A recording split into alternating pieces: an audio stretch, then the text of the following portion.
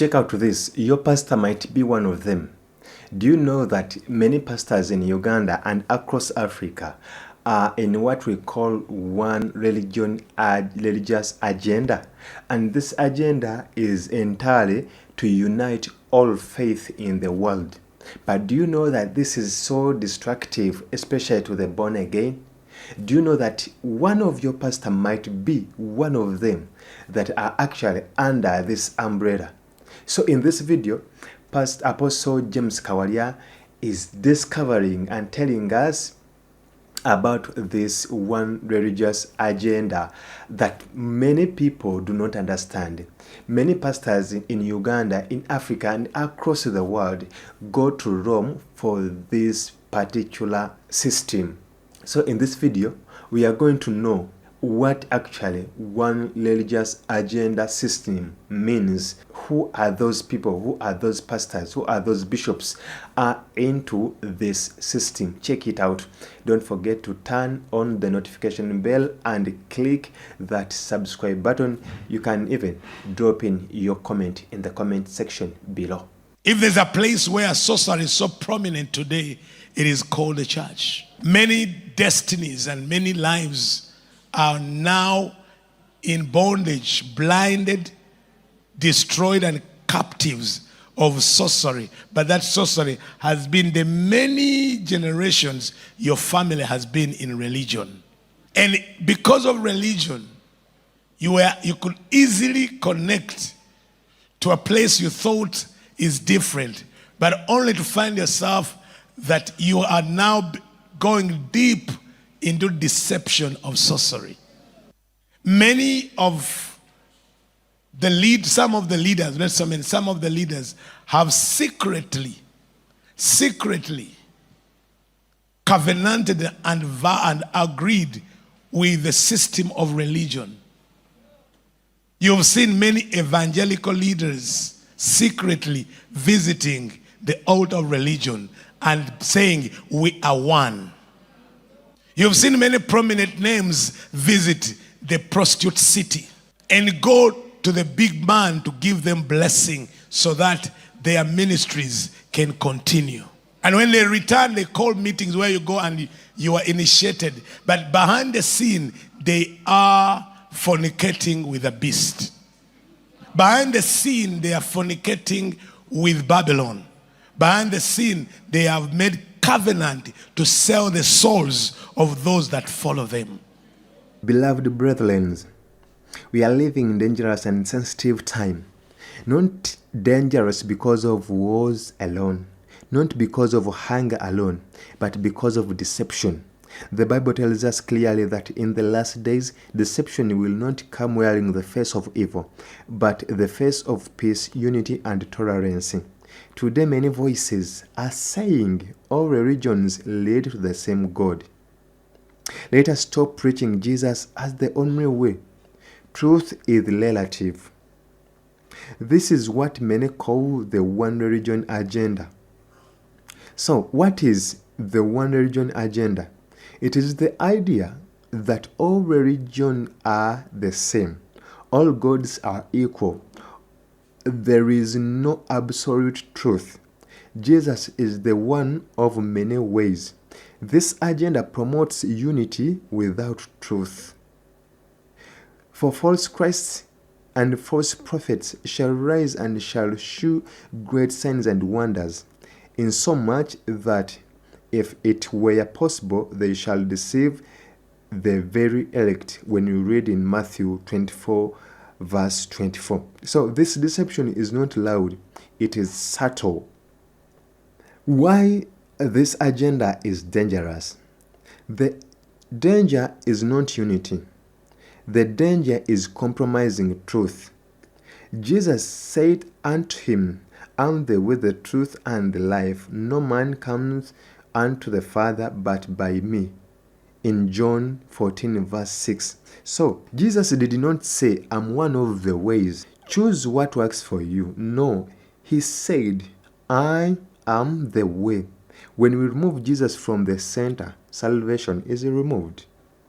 So false unity versus godly unity. There is a unity that comes from God, and there is a unity that comes from compromise. Read Amos 3 verse 3, where it says, "Can two work together except they be agreed?" True unity must be based on truth, holiness, the word of God. False unity says, "Let us unite, but you don't mention sin, repentance, or the cross."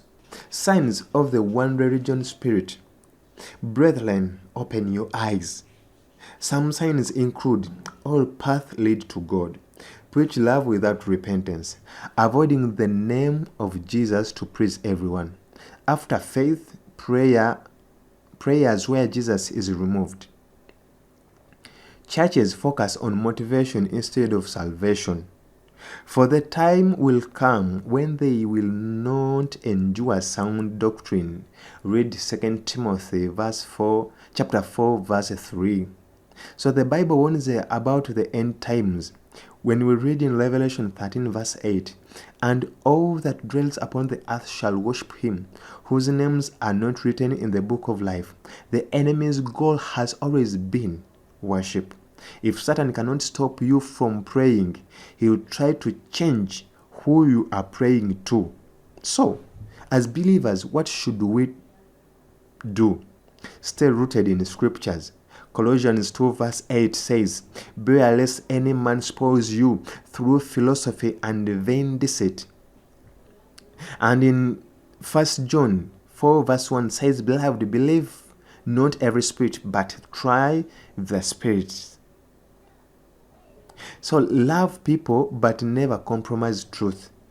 We love Muslims, yes. We love Catholics, yes. Protestants, traditionalists, but salvation is only in Jesus. Acts 4 verse 12 says, "Neither is there salvation in any other." So, my final warning is, beloved, the one religion agenda will look peacefully. It will sound loving, it will feel modern, but anything that removes the cross, repentance, the blood of Jesus is not from God. Galatians 1 verse 8 says, "But though we, an angel from heaven, preach any other gospel, let him be accursed." So church, this is not the time to sleep. This is not the time to be silent. Stand for truth, preach Jesus boldly, walk in love, but never compromise the gospel. Jesus Christ is not an option. He is the only way. Amen. But in public, they say, praise God. They speak tongues. They pray like you. You call them men of God. But in secret, they have entered covenant, alliance with Babylon. And they have formed a Babylonian body that in the end, that body will be used to call many into one world religion. The stage is set for sorcery to be the one world religion. You didn't hear what I said? The stage is already set for sorcery to be the one world religion.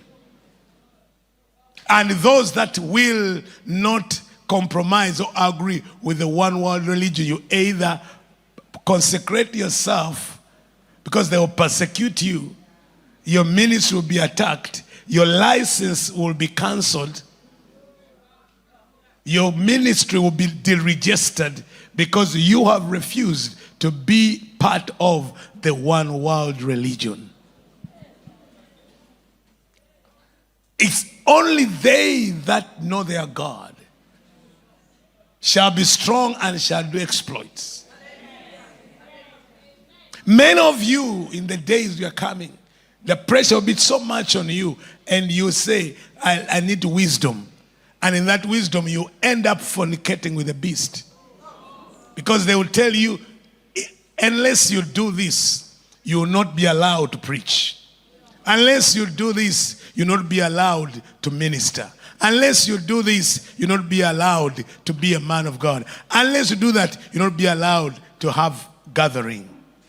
A time is coming when Church is in your heart, not in a place.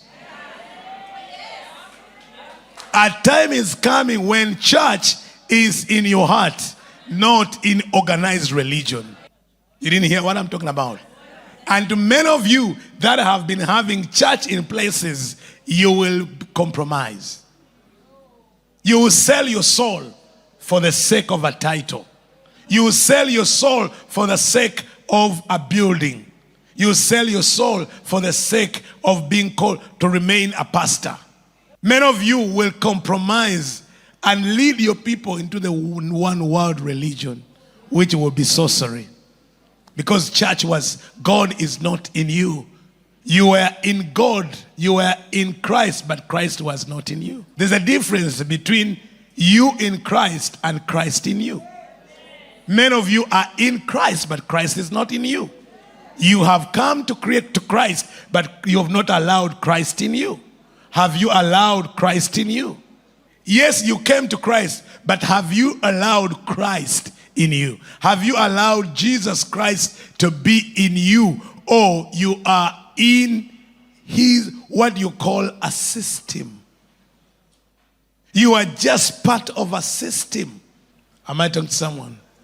There can't be total deliverance in our lives as long as we are still under the yoke and the alliance of sorcery, which we call church today. That's why in every service, the same people are manifesting demons. Where are they coming from? Because every meeting they go to is the meeting of sorcery. So more spirits are transferred to them. And they think it's deliverance. Because the one that ministered to them behind the scene has covenanted with Babylon. Has fornicated with the queen of heaven. Has sat in the assembly of Babylon. And many of you are not bold enough, strong enough, determined enough to say, I break free. The Bible says, come out of her. Come out of her. Hello? Let me make a bit rebellious today. When you realize that your leaders fornicated with Babylon, it's not rebellion to break free. You can either remain under the covering of Babylon or you get out of it. Hello? And someone telling you, I'm your father, I'm your spiritual father. Yes, daddy, thank you so much, but Jesus came to separate father and son. This is going to be a bit hard for some of you. I said this is going to be a bit hard for some of you because you want to remain in good books. But as you remain good books, your soul is traded. And your people are traded. And your family is traded. That's why your children are asking, where is your God? You are calling God and it does not come. You are praying and you don't see result. Because the Lord is standing aside. He's saying, I am not part of that. You are under a covenant with Babylon. I'm going to. So you call Lord, you pray, you all kind of things, and you do not see the hand of God because over you there is a covenant with Babylon. Babylon is about trading, is about showing luxury, not humility. Have you heard when you're told about sacrificing? Give and live a life of sacrifice. The one you give is living in luxury. The one who tells you give all, he's flying his jet, while the rest are poor. That's the system of Babylon. You are telling me to give everything, and you are living in a mansion. Why don't you give your mansion for the gospel? Why don't you give your jet and we preach the gospel? Why are you telling us to get all our money and we buy you a jet? Okay. You're quiet. You are quiet. You are telling us to give for the work of the Lord. And you have 10 houses. Why don't you sell 7 for the work of the Lord, man of God? Oh, we want to preach the gospel. We need $10 million. Please give. But man of God, you have $20 million on your account. You have 10 cars. You have 20 cars. You have 10 houses. You have a jet. Your one jet can preach the gospel. Why don't you sell the jet and we preach the gospel you're telling us to preach? Thank you so much for being part of this video. I hope you've understood and you've enlightened yourself about this system. It is so destructive, and its intention is to rob or to take Jesus away as the way to God. You know, there's a system that is going on, as we've seen, that these people, these powerful people, want to turn the world into one system. So we must be very mindful as children of God, as Christians. This is the time for us to intercede. For we go into prayers and fasting. Otherwise, it is so destructive, it's so evil. They want to bring a system that doesn't recognize Jesus as the way, the truth, and life. So, the Bible calls us to be mindful, especially in these end times. So, anyway, if this video has blessed you, kindly hit that subscribe button. Don't forget to turn on the notification bell, and also keep in your comment in the comment section so that we can chat and spread the word of God.